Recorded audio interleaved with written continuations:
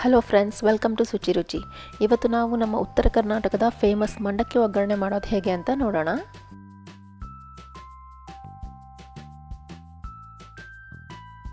ಮೊದಲಿಗೆ ನಾನೊಂದು 1/4 ಕಪ್ನಷ್ಟು ಹುರುಗಡ್ಲೆ ಅಥವಾ ಪುಟಾಣಿನ ತಗೊಂಡಿದ್ದೀನಿ. ಇದನ್ನು ಹುಡಿ ಮಾಡಿ ಇಟ್ಕೊಳ್ಳೋಣ. ಈಗ ಒಂದು ಪಾತ್ರೆಯಲ್ಲಿ 2 ಕಪ್ನಷ್ಟು ಮಂಡಕ್ಕಿನ ತಗೊಳ್ಳೋಣ. ಈಗ ಇದಕ್ಕೆ ನೀರು ಹಾಕಿ 2 ನಿಮಿಷ ನೆನೆಸ್ಕೊಳ್ಳೋಣ. ನೋಡಿ, ನಾವಿಲ್ಲಿ ಈ ಥರ ಮಾಡಿ ನೀರಲ್ಲಿ ನೆನೆಸ್ಕೊಳ್ಬೇಕಾಗತ್ತೆ.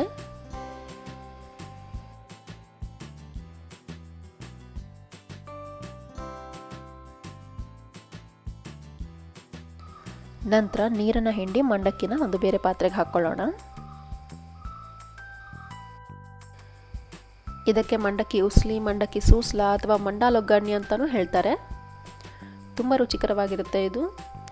ಉತ್ತರ ಕರ್ನಾಟಕದಲ್ಲಿ, ಅದರಲ್ಲೂ ನಮ್ಮ ಬಳ್ಳಾರಿಲಿ ತುಂಬಾ ಫೇಮಸ್ ಇದು.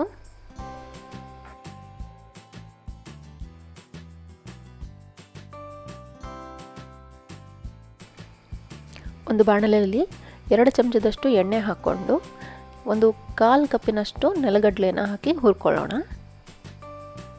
ಇದು ಮೊದಲಿಗೆ ಹಾಕಿ ಹುರ್ಕೊಳ್ಳೋದ್ರಿಂದ ತುಂಬ ಚೆನ್ನಾಗಿ ಹುರ್ಕೊಳ್ಬೋದು. ಇದು ಹುರ್ಕೊಂಡ ನಂತರ ಒಂದು 1/4 ಚಮಚ ಸಾಸಿವೆ,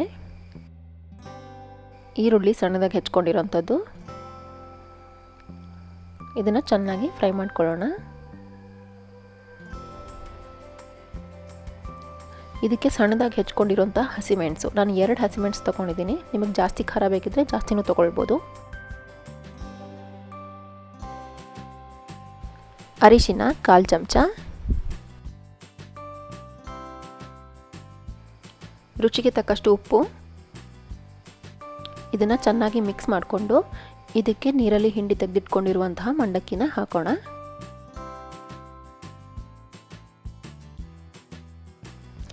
ಈಗ ಇದನ್ನು ಚೆನ್ನಾಗಿ ಮಿಕ್ಸ್ ಮಾಡ್ಕೊಳ್ಳೋಣ.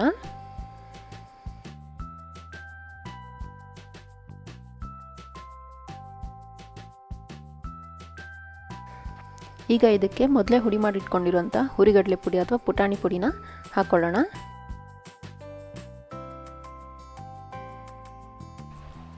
ಈಗ ಇದನ್ನು ಚೆನ್ನಾಗಿ ಮಿಕ್ಸ್ ಮಾಡಿಕೊಂಡು ಲೋ ಫ್ಲೇಮಲ್ಲಿ 2 ನಿಮಿಷ ಇಡೋಣ.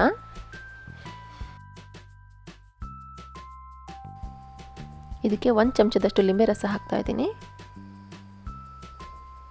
ಚೆನ್ನಾಗಿ ಮಿಕ್ಸ್ ಮಾಡ್ಕೊಳ್ಳೋಣ. ಕೊತ್ತಂಬರಿ ಸೊಪ್ಪು ಸ್ವಲ್ಪ. ಈಗ ಬಿಸಿ ಬಿಸಿ ಮಂಡಕ್ಕಿ ಒಗ್ಗರಣೆ ರೆಡಿಯಾಗಿದೆ. ನೀವು ಇದನ್ನು ಟ್ರೈ ಮಾಡಿ. ಹಾಗೆ ನನ್ನ ನೆಕ್ಸ್ಟ್ ವಿಡಿಯೋಗಾಗಿ ನಮ್ಮ ಚಾನಲ್ನ ಸಬ್ಸ್ಕ್ರೈಬ್ ಮಾಡಿ, ಪಕ್ಕದಲ್ಲಿರುವ ಬೆಲ್ ಐಕಾನ್ ಪ್ರೆಸ್ ಮಾಡೋದನ್ನು ಮರಿಬೇಡಿ. ನಿಮಗೆ ವಿಡಿಯೋ ಇಷ್ಟ ಆಗಿದ್ರೆ ಲೈಕ್ ಮಾಡಿ, ಶೇರ್ ಮಾಡಿ, ಹಾಗೆ ನಿಮ್ಮ ಸಲಹೆಗಳನ್ನು ಕಾಮೆಂಟ್ಸಲ್ಲಿ ತಿಳಿಸಿ. Thank you.